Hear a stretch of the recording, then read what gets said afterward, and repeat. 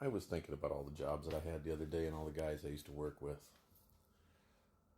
How many people have worked in a old sawmill with a 5 foot blade, an old heli, manned by three people, one running the mill, one running the ripper, and no return line to the ripper. You went and grabbed your crap when you got it, and you messed it up, and you brought it back to the table and ripped it again. And we're talking 4, 6, 8, and 10 quarter people. And in case you don't realize what that is, that's how you measure boards in a sawmill in quarters. Your 1 inch board comes out an inch and a quarter because it needs to be planed down to an inch so that it's a finished grade board. Most stuff coming out of a sawmill is always rough cut. But anyway, on to my story.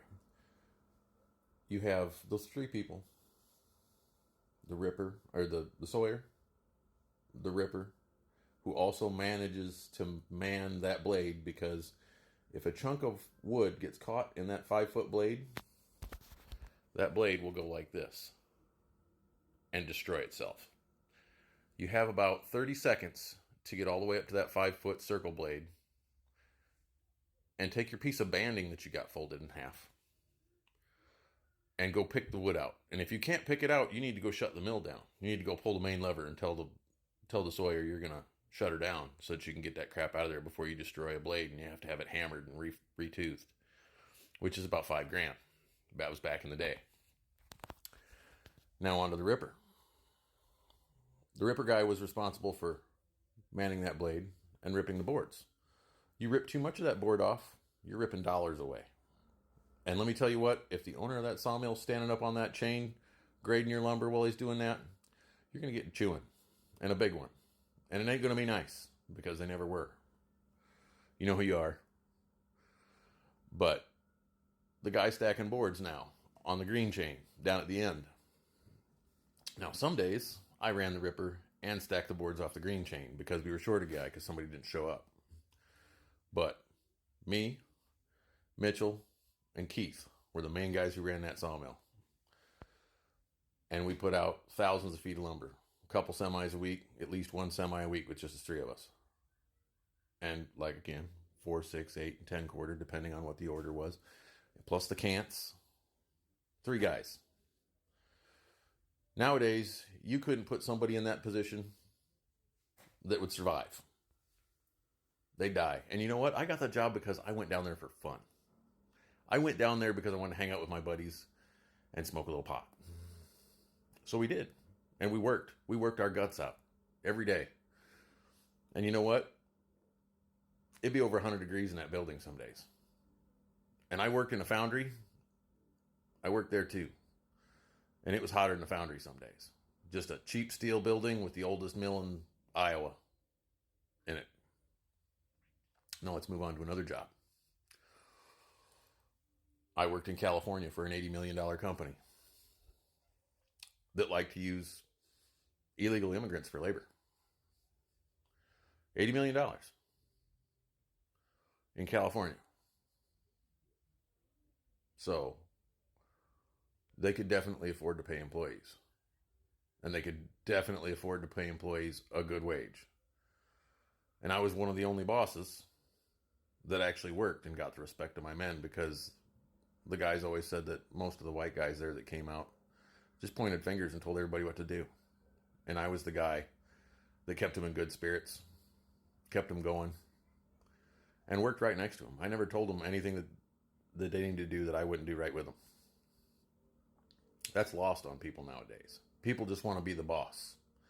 Think you earn that spot by coming in the door and being the guy who's in charge right out of the gate, and not try to earn the respect of your men. Maybe that's just because my father was in the military and he taught me well.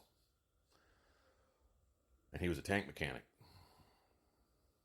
And trust me, that man could fix anything he put his mind to, without doubt. And he taught me the same thing. I had a lot less patience than him, and it took me a lot longer to figure that out. But he was patient with me, and he was kind to everybody. And the one thing I learned from that was that Kind, patient men get walked on. They don't get what they deserve. But that's okay. That's the path he chose. It was a stronger path. And you know what? I thank him every day for everything he taught me. And he's still the wisest man I ever knew. Or have known. He's still alive. He's a good man. Comes to my daughter's games. So does my mother. It's a lost art. People don't care about people anymore. People need to start caring about people again. The second people start caring about people again is when this world will get better. When we stop pointing the finger at other people and just stand up and say, you know what? I've had enough of this crap. Let's just get it done. Let's just get it done. So here we are. The story continues. I've worked landscaping. I've worked in the ag business. I've fertilized farm fields. I've manned the silos, being the guy covered in dust and coughing up crap with sinus infections for days after filling trucks. The good old days. But here we go. I've also can build a house from the ground up. I can do irrigation. I can do drainage. I can do all that because I chose to learn from somebody older than me than be a smartass and teach everybody that I knew everything that I knew. Which leads to the main point of this, which is, if you're going to hire an old guy, he's not there to be your ox. He's not there to run your cart. He's there to teach you. And it's up to you whether you want to learn from him. Because I'll tell you what, if you don't show him the respect and you prove that you know better, us old guys will just go ahead and let you do it the hard way. But we'll also show you that we can do things, and we learned how to do things without equipment.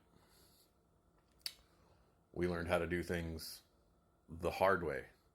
So when we break out equipment, the easy way, and you talk to any old man and he'll tell you the same story right there, that to appreciate the easy way, you first have to do things the hard way.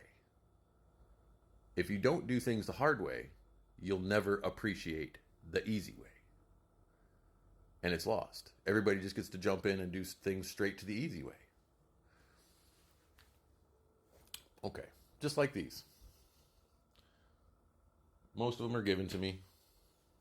Most of them are still broken because I spend my money on my family, not on my toys. I mean, for crying out loud, there's my baby right there. That stupid little scooter. That's what I spend money on because it's cheap, and I care about where my money goes. And I have this one here, which is the equivalent of my Ferrari. That's my poor man's Ferrari that I'll eventually get finished and get beefed up to 212 or 232, whatever I want to do. I got to take the motor apart. But I'll earn it. I didn't go out and buy it. I want to understand how it works. I want to understand why it works. I want to understand how to fix it so I don't have to pay somebody else to do that. Because you know what? There's reasons that I've got books and manuals and stuff like that. That thing that people don't do anymore. Read. But I like to hunt too. See, look, there we go. If I get time to do that, I get time to do that. But I digress. Back to the moral of the story. If you're not willing to learn from the old guard, it goes back to that phrase. If you're not, what does it go? If you don't learn from the past, you're doomed to repeat it. I believe that holds truer than people think. We need to start helping people and paying attention to those who came before us and showing them that respect. Or we're all doomed, people. I believe that with all my heart. And I hope people take this and learn from it. I really do.